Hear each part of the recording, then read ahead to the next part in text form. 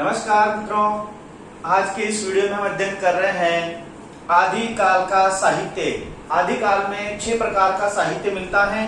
सिद्ध साहित्य, नाथ साहित्य, जैन साहित्य, रासो साहित्य, गद्य साहित्य और लौकिक साहित्य। इसमें से सिद्ध साहित्य और नाथ साहित्य का हम लोग अध्ययन करेंगे कि सिद्ध और नाथ साहित्य की जो पृष्ठभूमि है वह क्या रही। सिद्ध साहित्य और नाथ साहित्य यह बौद्ध धर्म की शाखा के ही रूप हैं और भारतीय धर्म साधना में सिद्धों का जो समय है वो 8वीं शताब्दी से माना जाता है। तो जो बौद्ध धर्म था, बौद्ध धर्म की विकृति 2 रूपों में हुई। ईसा की 2वीं शताब्दी तक आते आते बौद्ध धर्म की विकृति 2 रूपों में हुई।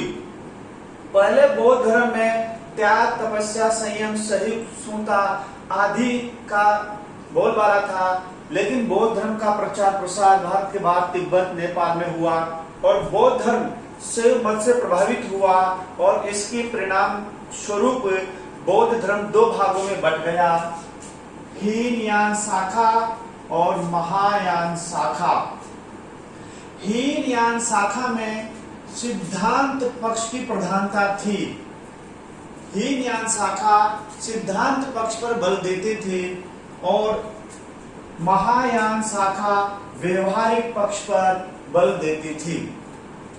हीनयान शाखा में केवल विरक्तों एवं सन्यासों को ही आश्रय मिलता था। हीनयान शाखा में जो भी जाते थे वह विरक्त और सन्यासी लोग हुआ करते थे। इसके विपरीत महायान शाखा के द्वार सबके लिए खुले हुए थे। ऊंच नीच, छोटे बड़े, गृहस्थ, सन्यासी सभी के द्वार महायान शाखा में खुले हुए थे और महायान शाखा सबको मोक्ष निर्वाण का दावा करने का दावा करती थी। सबको मोक्ष निर्वाण दिलाने का दावा महायान शाखा करते थे।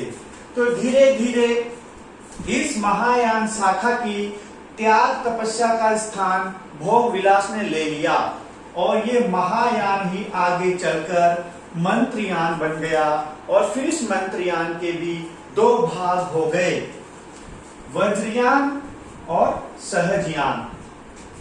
वज्रयानी सिद्ध कहलाए और सहजयानी नाथ कहलाए। तो सिद्ध और नाथ बौद्ध धर्म की महायान शाखा की ही उप शाखाएं हैं।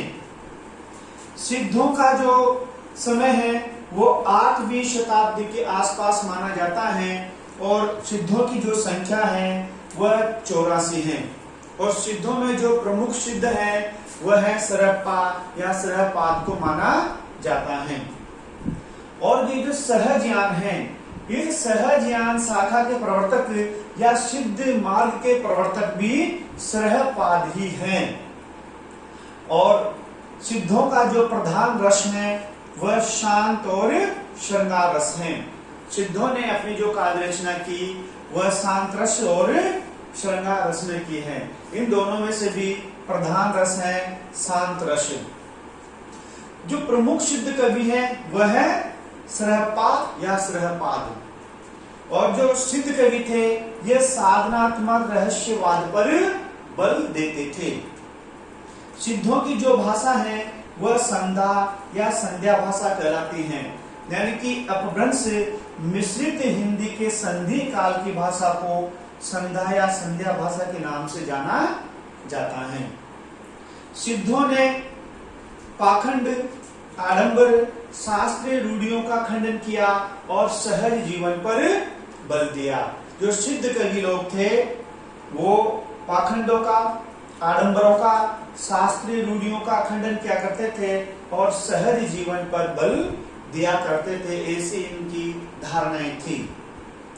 सिद्ध नारीश्वरवादी थे, यानी कि यह साधना में नारी को उसका अभिन्न अंग मानते थे और सुख की प्राप्ति, ईश्वर की प्राप्ति नारी साधना को महत्वपूर्ण मानते थे।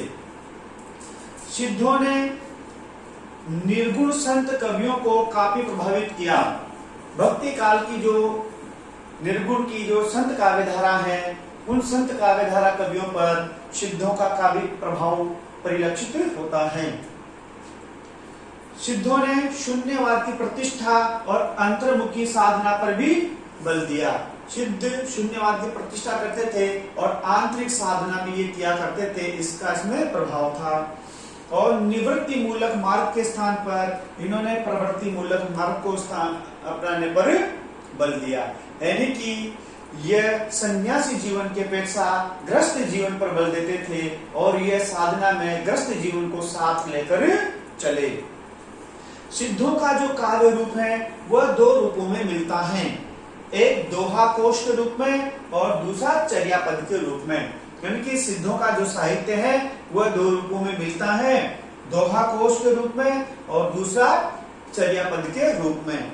दोहा कोश दोहा छंद में लिखा गया और चर्या पद ये पद है। इन चर्या पदों को आनुष्ठानिक गीत के नाम से भी जाना जाता था। जहां उपदेश और मतों का खंडन है वह तो इन्होंने दोहों में काव्य रचना की। जहां उपदेश दिया करते थे और मतों का खंडन किया करते थे, ऐसा साहित्य तो इन्होंने दोहों में रचा। और जहां पर साधना अवस्था में निकली हुई जो सिद्धों की वाणी थी, यानी कि अनुभूति और जहां भावात्मकता थी, वह चर्या पद के नाम से जाना गया। जब भी कोई अनुष्ठानिक या मांगलिक गीता पर्व होते थे तो उस समय सिद्ध चर्या पदों की रचना किया करते थे। दोहों की जो भाषा है वह है परिनिष्ठित अपभ्रंश भाषा। सिद्धों ने जो दोहों की रचना की वह की है परिनिष्ठित अपभ्रंश भाषा में, और चर्या पदों की जो भाषा थी वह थी अहुवट भाषा। यानी कि आम बोलचाल की भाषा में जो काव्य रूप लिखा वो तो चर्या पद था, और शुद्ध साहित्य परिनिष्ठित या अपभ्रंश का इन्होंने प्रयोग किया वो दोहा कोश के नाम से जाना गया। यही काव्य रूप हमें कबीर में परिलक्षित होते हैं। कबीर में सिद्धों से ही काव्य रूप का प्रभाव दिखाई देता है। जैसे कबीर ने जो साखियां लिखी, साखियां कबीर ने दोहा छंद में लिखी हैं, और इसकी जो भाषा थी वह सदुक्कड़ी पंचमेली थी। और कबीर ने जो रवेनी और शब्द लिखे हैं वह गेय पद हैं, और इनकी जो भाषा है वो व्यवहारिक ब्रज भाषा है। कहने का तात्पर्य यह है कि कबीर दास में भी दो प्रकार का काव्य रूप मिलता है। एक तो मिलता है गेय पद के रूप में और दूसरा मिलता है दोहों के रूप में। ये दोनों परंपराएं कबीर के अंतर्गत सिद्धों से मिलती हैं। अब देखते हैं नाथ साहित्य। नाथ पंथ के जो प्रवर्तक हैं वह गोरखनाथ माने जाते हैं, लेकिन आदिनाथ शिव थे। और जो नाथ साहित्य चला, नाथ साहित्य के जो प्रवर्तक हैं वह कौन है? गुरु गोरखनाथ। और नाथों की जो संख्या है वह 9 मानी गई है। और नाथों का जो चरमोत्कर्ष का जो समय माना गया है वह 12वीं शताब्दी से 14वीं शताब्दी तक का इनका चरमोत्कर्ष का समय है।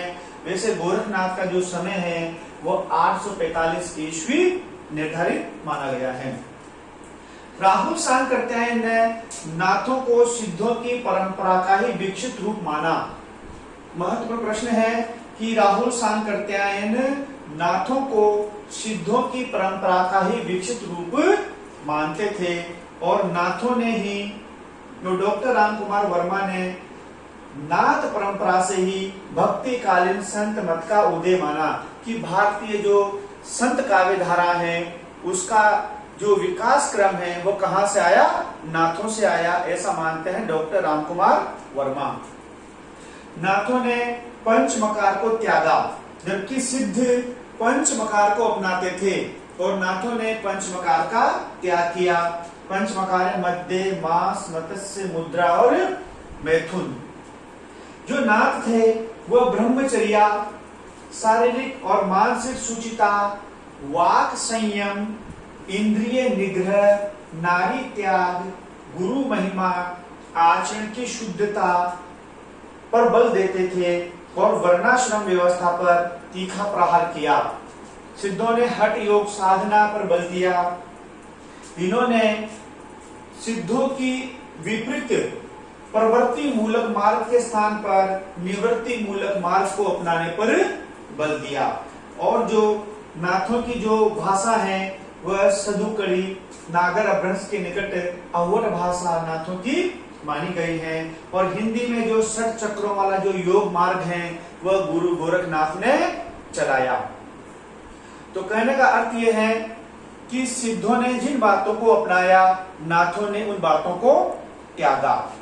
और सिद्ध और नाथ साहित्य का जो विकसित रूप है वह हमें संत काव्य धारा के अंतर्गत दिखाई देता है। और अगले कालांश में हम अध्ययन करेंगे जैन साहित्य और रासो साहित्य का। धन्यवाद।